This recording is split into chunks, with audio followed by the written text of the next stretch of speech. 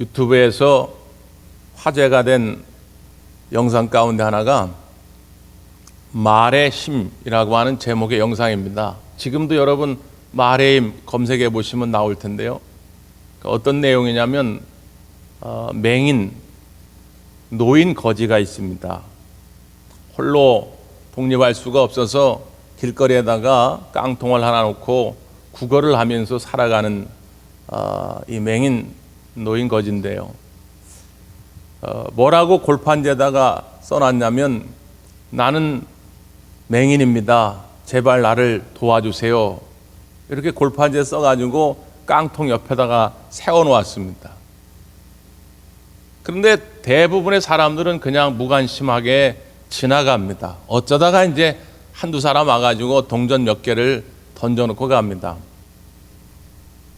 그런데 어느 날 한 여인이 와가지고는 그 골판지에다가 뒤집어가지고 다른 글을 써놓고 갑니다. 그랬더니 새로 써놓은 글을 보고 그 다음엔 지나가는 사람들이 그냥 지나가지 아니하고 많은 사람들이 이 맹인 거지에게 돈을 주고 갑니다. 며칠이 지난 다음에 이 여자가 다시 왔어요. 이 맹인은 얼굴은 볼 수 없지만 그 이전에 손으로 그 여자의 신발을 만져보았기 때문에 그 여자인 걸 다시 알아채게 되고, 그래서 묻습니다. 당신이 그날 뭐라고 바꿔놓고 갔길래 그 이후에는 사람들이 이렇게 많이 와서 나한테 돈을 주고 가냐고 물어보니까 이 여자가 뭐라고 그러냐면 뜻은 같지만 말을 좀 바꿔서 써놓았을 뿐입니다. 이렇게 얘기를 합니다. 그 여자가 뭐라고 그 골판지에다 바꿔 써놓았냐면 이렇게 써놨습니다. 오늘은 참 아름다운 날입니다. 그러나 나는 그것을 볼 수가 없네요. 이렇게 바꿔놓은 것입니다. 결국은 도와달란 얘기지만 나는 맹인입니다. 나를 제발 도와주세요. 이것보다는 오늘은 참 아름다운 날입니다. 그러나 나는 그것을 볼 수가 없네요. 라고 하는 말이 지나가는 사람들의 마음의 문을 열게 한 것이고, 그리고 더 많은 사람들이 돈을 내게 한 것이죠. 그래서 이 영상 마지막엔 그런 글을 자막으로 실었습니다. 당신의 말을 바꾸세요. 그리고 당신의 세상을 바꾸세요. 이렇게 해놨습니다. 같은 상황이지만 내가 어떻게 생각하고 어떻게 말하느냐에 따라서 나의 인생, 나의 세상은 달라질 수 있는 것이죠. 오늘 우리가 이렇게 어쩔 수 없이 서로가 서로를 지키고 건강을 지키기 위해서 비대면 예배를 드립니다. 여러 가지 속상하고 답답한 일도 있지만 우리가 이 속에서도 하나님 앞에 감사할 줄 알고 또 서로 옆에 있는 가족과 친구와 이웃들을 위해서 격려해주고 따뜻한 말로 축복해 줄 때에 우리의 세상은 그래도 견뎌낼만 하고 금방 이 모든 것들이 회복될 수 있는 것이지, 힘들고 어려울 때일수록 자꾸 부정적인 말로 부정적인 생각들로 채워가다 보면 이게 헤어나올 수가 없는 것이죠. 바라기는 우리 모든 대광 가족들, 대광 성도들 늘 그 입술에, 그 마음 속에 주님 주시는 긍정의 마음이, 긍정의 말이 넘쳐나게 되기를 간절히 바랍니다. 오늘 우리가 읽었던 이 본문의 상황을 보면 그렇지 못한 이스라엘 백성들의 모습이 등장하지요.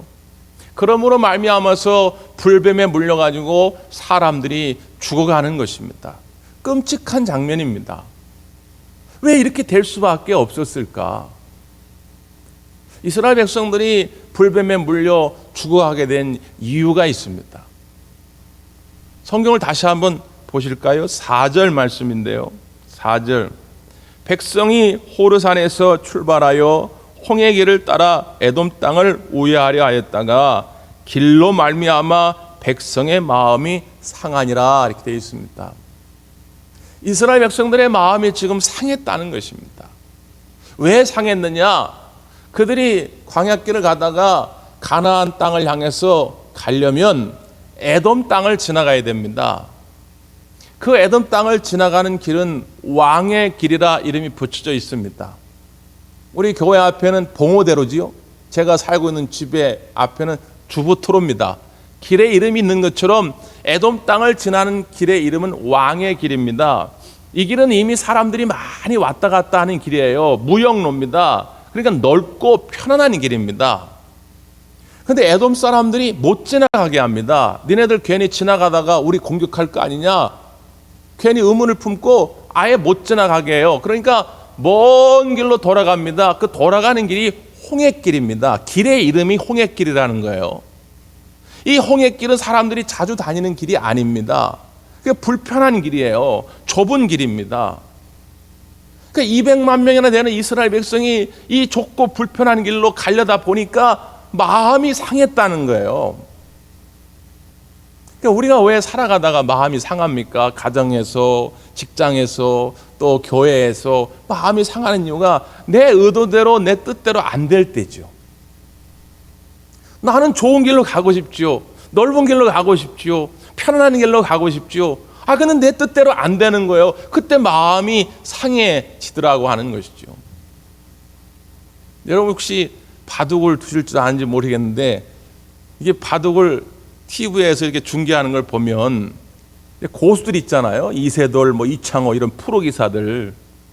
처음에 바둑을 둘 때, 시작할 때 두는 그 과정을 포석이라고 합니다. 포석. 바둑은요, 네 집이 많아야 이기는 경기거든요. 그러면 한 집을 만들려면 돌을 4개를 둘러싸야 한 집이 됩니다. 그럼 옹기종기 모여야 네 집이 될 텐데, 이 고수들은요, 처음에 바둑을 둘 때 네 돌을 옹기종기 모여 놓지 않고 뜨문뜨문 멀찍이 둡니다. 그럼 바둑을 잘 모르시는 분들, 그리고 이제 막 시작하는 하수, 초급자들은 왜 저렇게 바둑돌을 멀리 두지? 멀리 두면 집이 안 되거든요. 가까이 4개가 붙어 있어야 한 집이 될 텐데 말이죠. 근데 그렇게 두는 이유가 있죠. 그렇게 멀찍이 두어야 계속 경기가 진행되다 보면 중간쯤 가서, 심지어 맨 마지막쯤 가서 자기 돌들이 다 연결이 되어가지고 큰 집이 됩니다. 그러니까 고수들은 그 먼 수를 보는 거예요. 오늘 이스라엘 백성들은 그 먼 수를 보질 못합니다. 지금 당장 내가 가고 싶은 길은 왕의 길입니다. 넓은 길입니다. 평안한 길입니다. 그런데 자꾸 좁은 길로 가라고 하니까 하나님이 못 믿어온 거예요. 그러니까 짜증이 나는 것이지요. 이렇게 되면요, 사람들이 어떤 상태에 빠지게 되냐면 크게 두 가지인데, 하나는 불안함이고 하나는 불만 상태입니다. 내 의도대로, 내 뜻대로 안 되니까 불안할 수밖에 없죠. 지난주에 한 TV 프로그램에서 개그맨 정영돈 씨 있잖아요. 정영돈. 이 정영돈 씨가 옛날에도 그런 일이 있었는데, 프로그램이 한참 잘 나갈 때인데 갑자기 얼굴이 안 보여요. 왜 그런가 물어보면 이 불안 증세 때문에 프로그램에서 중도에 하차한 경우들이 있었습니다. 그런 고백을 하더라고요. 예를 들어서 8시간 녹화를 하면 1시간 동안 잘 되면 좋은데 1시간 동안 했는데 내가 한 말에 대해서 사람들이 별로 반응도 없고 웃기지도 못하고 소위 말해서 빵 하고 터트리지 못하면 나머지 7시간을 불안해서 자기는 견딜 수가 없다는 거예요. 그 1시간 잘못한 것 때문에 나머지 7시간 내내 그 생각이 나고 집에 가서도 하루 종일 그 생각이 나가지고 이 불안감을 떨칠 수가 없다는 것입니다. 그래서 많이 치료도 받고 지금은 그래도 그나마 조금 좋아졌는데 여전히 그게 남아있다고 그래요. 여러분, 이걸 좀 바꿔 생각해 볼 수 있지 않을까요? 만약에 1시간 했는데 좀 잘못됐을지라도 나머지 7시간 동안 얼마든지 만회할 수 있잖아요. 8시간 녹화해봐야 TV에 나오는 거는 1-2시간밖에 안 되거든요. 그 나머지 7시간 동안 얼마든지 만회해서 자기 분량을 채워가면 되는데, 앞에 잘못된 것에 대해서 내 의도대로 되지 못하고 내 뜻대로 되지 못한 것에 대한 이 불안감이 미래에 대한 발목도 잡더라 그 말이죠. 왜 그렇습니까? 하나님에 대한 전적인 신뢰를 갖지 못했던 이스라엘 백성들은 지금 불안할 수밖에 없는 거예요. 좀 넓은 길로, 자기들이 생각할 때 좋은 길로 가야 그 끝에 결말이 될 것 같은데 지금 자기 뜻대로 안 되니까 이게 불안한 거예요. 하나님에 대한 신뢰가 없기 때문이죠. 또 하나, 자기 의도대로 되지 못하면 그 다음 불평과 원망이 싹트기 시작합니다. 자, 성경을 한번 다시 보실까요? 5절인데요. 백성이 하나님과 모세를 향하여 원망하되 어찌하여 우리를 애굽에서 인도하여 내어 이 광야에서 죽게 하는가? 이곳에는 먹을 것도 없고 물도 없도다. 우리 마음이 이 하찮은 음식을 싫어하노라 하매, 이렇게 되어 있습니다. 하나님과 모세를 원망하되, 하나님과 모세를 원망한 이유는 뭐라고요? 자기 의도대로 안 된다는 거예요. 여러분, 우리의 인생은 나보다 우리 하나님이 더 잘 아시지 않겠습니까? 지금 이스라엘 백성들은 낮에는 구름 기둥으로, 밤에는 불 기둥으로 하나님이 인도해 가시는 겁니다. 물론 나는 당장은 이해가 안 돼요. 하나님 왜 이리로 인도하시는지 이해가 안 되지만, 하나님은 우리의 선한 목자가 되어 주셔서 우리가 충분히 쉴 만한 물가, 우리가 충분히 누릴 만한 푸른 풀밭으로 인도해 가시는 것이거든요. 그런데 이거를 믿지 못하게 되니까 하나님을 원망하고 불평하게 되는 것입니다. 심지어 그 원망의 내용이 뭐예요? 어찌하여 우리를 애굽에서 인도해 내어 이 광야에서 죽게 하는가, 이렇게 말합니다. 왜 우리를 애굽에서 구원해 냈느냐는 거예요. 이걸 가지고 하나님께 원망합니다. 여러분, 우리가 살아가다가 내 일이 뜻대로 안 될 때가 있죠. 그래도 우리가 부모님한테 절대로 해서는 안 될 말이 있습니다. 그게 뭐지요? 부모님한테 가서, 엄마, 왜 나를 낳았어? 나 이렇게 죽도록 고생시키려고 나를 낳았어? 차라리 나를 낳지 말지 왜 나를 낳았어? 여러분, 이런 말은 부모님에게 절대로 해서는 안 되는 말이죠. 제가 목회를 하면서 참 속상했던 게, 어떤 이가 낙심하고 절망에 빠져 있으면 가정에 가가지고 신방을 여러 차례 합니다. 전화로도 하고 직접 방문도 하고 같이 기도하고 믿음의 동역자들을 같이 모시고 가서 중보기도도 하고, 그래서 겨우겨우 달래가지고 겨우겨우 치유해가지고 교회로 다시 데리고 옵니다. 근데 몇 달이 지나도록 여전히 세워지지 못합니다. 치유되지 못합니다. 그럼 와가지고 뭐라 그러면, 목사님 왜 그때 나를 교회로 다시 데리고 왔어요? 그냥 난 놔뒀으면 되는데. 여러분, 이런 말은 목사한테 절대로 해서는 안 되는 말이죠. 여러분, 하나님 앞에, 하나님 나를 왜 구원하셨나이까? 나 예수 안 믿었으면 그냥 내 멋대로 그냥 살았으면 좋았을 텐데, 예수님을 믿고 나니까 그래도 그 양심이 있으니 이거 거리낌이 있어가지고 이러지도 못하고 저러지도 못하고 완전히 하나님의 자녀가 된 것도 아니고, 그렇다고 사탄의 노예로 사는 것도 아니고 이것도 저것도 아니고 왜 나를 구원하셨나이까? 이런 얘기는 하나님께 하면 안 되는 말이죠. 근데 지금 이스라엘 백성들이 마음이 상해 있어요.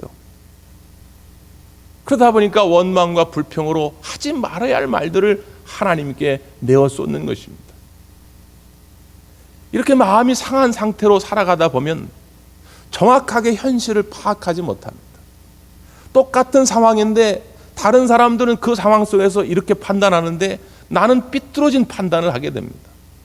자, 5절 후반부에 뭐라고 고백하고 있습니까? 이곳에는 먹을 것도 없고 물도 없도다. 우리 마음이 이 하찮은 음식을 싫어하노라.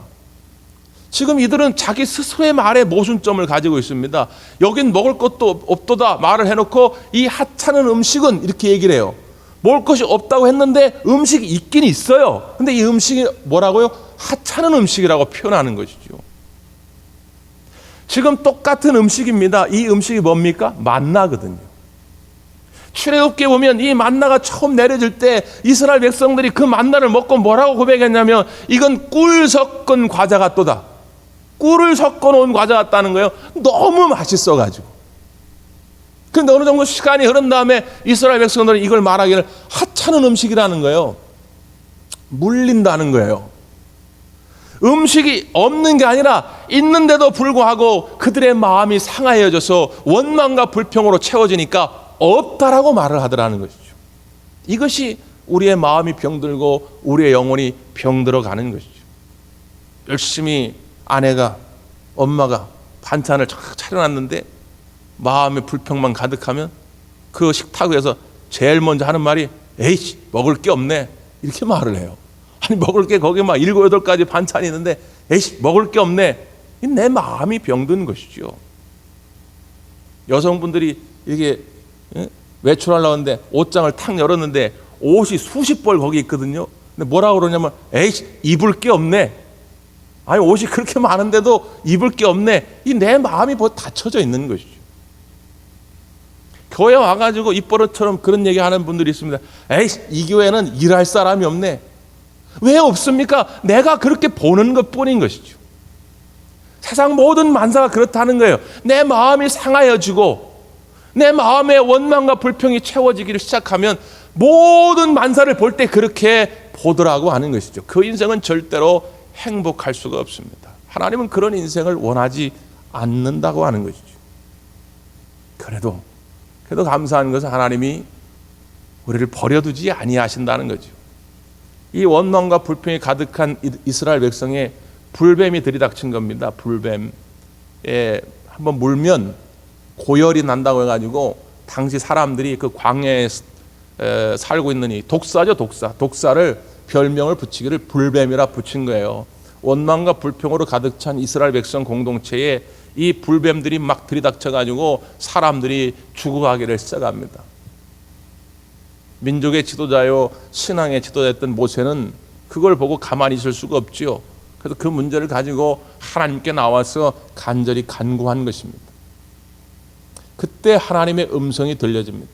자, 그 말씀을 다 같이 한번 읽습니다. 8절 9절 말씀입니다. 8절 9절 시작.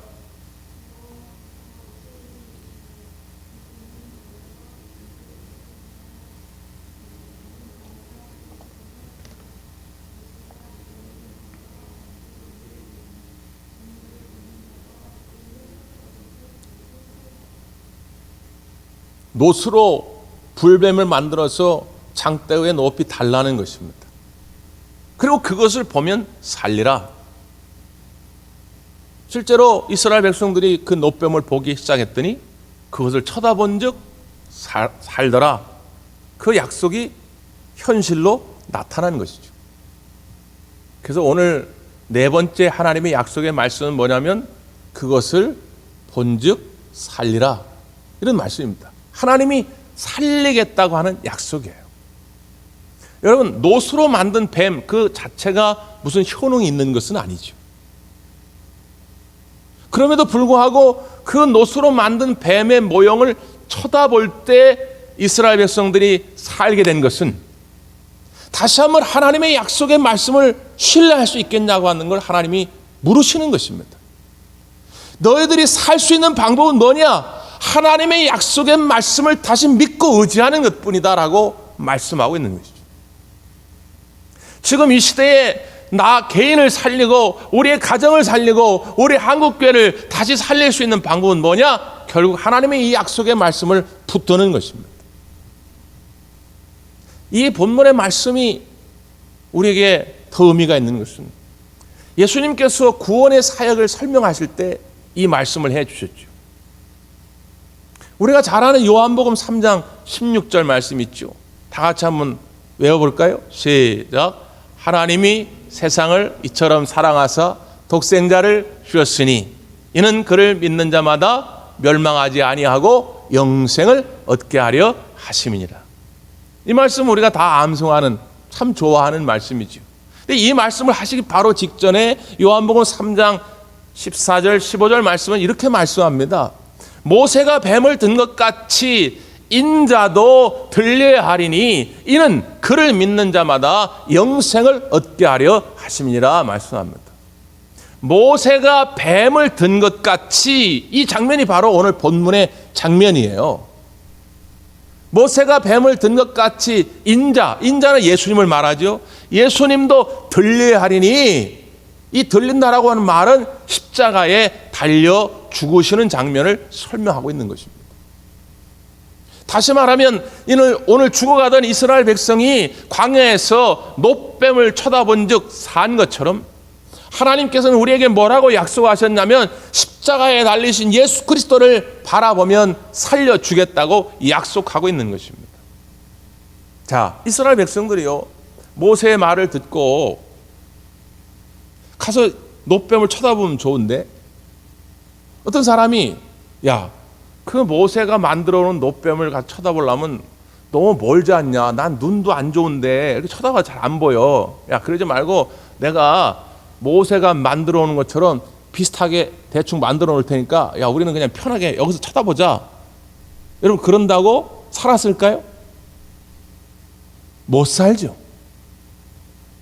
하나님이 지시하여 모세가 만들어 온 놋뱀 그거 아니면 사람들이 여기저기서 뭐 자기 편한 대로 대충 이렇게 뱀의 형상을 만든다고 해가지고 그걸 쳐다본다고 사는 것이 아닙니다. 마찬가지로 하나님께서 야, 저 십자가에 달리신 예수 그리스도를 봐라, 믿음으로 그 십자가의 은혜를 영접하라고 할 때에 거기에만 방법이 있는 것이지, 아니 꼭 십자가에 달리신 예수님만 쳐다봐야 구원이 있습니까? 사는 방법은 여기도 있고 저기도 있고 하는 것 아니겠습니까? 여러분, 다른 데 가서 아무리 찾아봐야 방법이 없다는 거예요. 내가 곧 길이요 진리요 생명이니 나로 말미암지 않고는 아버지께로 올 자가 없느니라. 없다는 거예요. 그러므로 여러분, 속지 마시기를 바랍니다. 시대가 어려워질수록 항상 영적으로 혼미해져 갈수록 이런 이단들이, 적그리스도들이 많이 등장합니다. 지금도 이 한국 교회를 어지럽히는 많은 이런 이단들이 있어요. 사랑하는 성도 여러분, 우리를 구원에 이르게 하는 것은 오직 예수 그리스도의 십자가의 보혈, 그 은혜와 그 능력뿐인 줄 믿습니다. 다른 방법은 없어요. 이게 하나님의 약속이에요. 자, 이 말을 거꾸로 뒤집어서 얘기하면, 자, 놋뱀을 쳐다보라고 했는데 놋뱀을 쳐다보는 사람들 가운데는 다양한 사람이 있지 않겠습니까? 남자, 여자, 젊은이, 늙은이, 성격이 좀 다혈질인 사람, 성격이 온순한 사람, 거짓말을 밥 먹듯이 하던 사람, 거짓말을 잘 안 하는 사람, 마음의 음욕을 품은 사람, 마음의 음욕을 품지 않던 사람, 다양한 사람이 있지 않겠어요?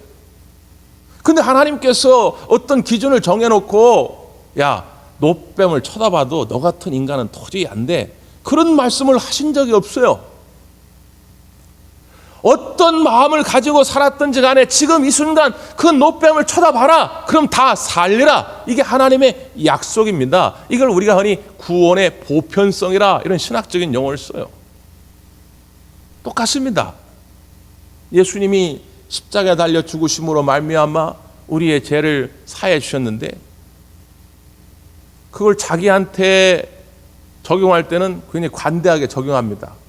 하나님 감사합니다, 나 같은 죄인을.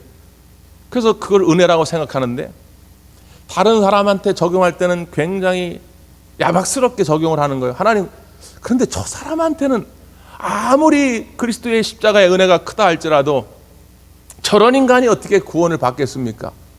여러분, 그것은 나의 인간적인 기준일 뿐이에요.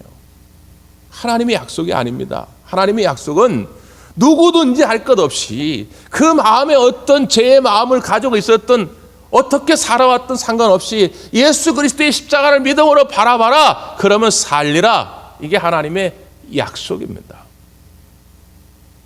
이 분명한 진리, 이 분명한 복음을 전하라고 저와 여러분을 이 시간 불러주신 것입니다. 여러분 보십시오. 지금 주변에서 얼마나 많은 절망의 소리들이 넘쳐납니까? 죽겠다, 죽겠다. 이 죽겠다고 하는 이 아우성 속에서 그래도 생명의 소리를 전파하라고 불러주신 사람들이 우리들 아니겠습니까? 우리까지 같이 죽겠다고 말하면 도대체 이 사회, 이 민족은 누가 살려냅니까? 전에 스페인에서 발렌시아라는 곳에서 있었던 실화인데요. 어떤 남자가 기찻길 옆에서 이렇게 지나가다가 예쁜 꽃을 발견합니다. 그래서 꽃 구경을 이렇게 하고 있는데 어떤 예쁜 강아지가, 귀여운 강아지가 와가지고는 꼬리를 막 살랑살랑 흔들면서 막 짖어요. 그래서 참 강아지 귀엽다 이러고 있는데 갑자기 강아지가 짖더니만 어디론가 이렇게 뛰어갑니다. 그래서 가나보다 그랬는데 뛰어가다가 이 사람이 안 따라오니까 다시 와요. 근데 또 막 짖어요. 그래서 뛰어가요. 그래서 이상하다. 저 강아지가 나를 따라오란 얘기인가? 그래가지고 그 강아지가 가는 것으로 이 사람이 따라갑니다. 그래서 한참을 가보니까 어떤 소녀가 넘어졌는데 다리가 그 기찻길 선로에 끼어가지고 빼내질 못하고 거기에 엎드려 있는 거예요.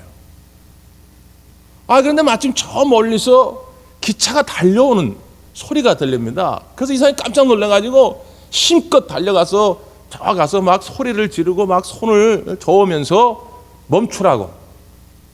그래서 결국 소녀 있는 몇 미터 앞에서 기차가 멈춰요.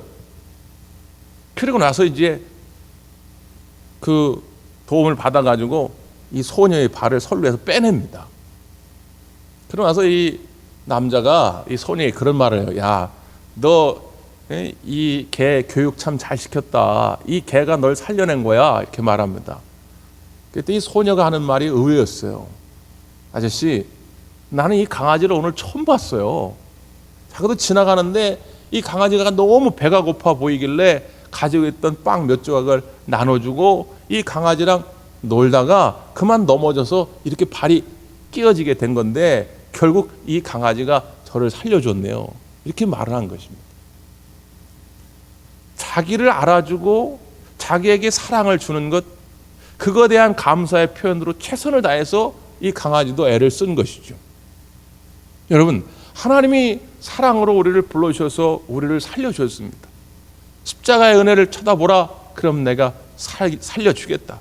우리가 그걸 알았으면 이제 우리가 최선을 다해서 가서 이 생명의 은혜를 선포해야 되지 않겠습니까? 요한복음 11장 말씀처럼 예수님이 나는 부활이요 생명이니 나를 믿는 자는 죽어도 살겠고 무릇 살아서 나를 믿는 자는 영원히 죽지 아니하리라. 그것을 내가 믿느냐? 우린 그걸 믿겠다고 여기 나와 있는 것 아니겠습니까? 이런 가정에서 지금 하나님을 만나고 있는 것 아니겠습니까?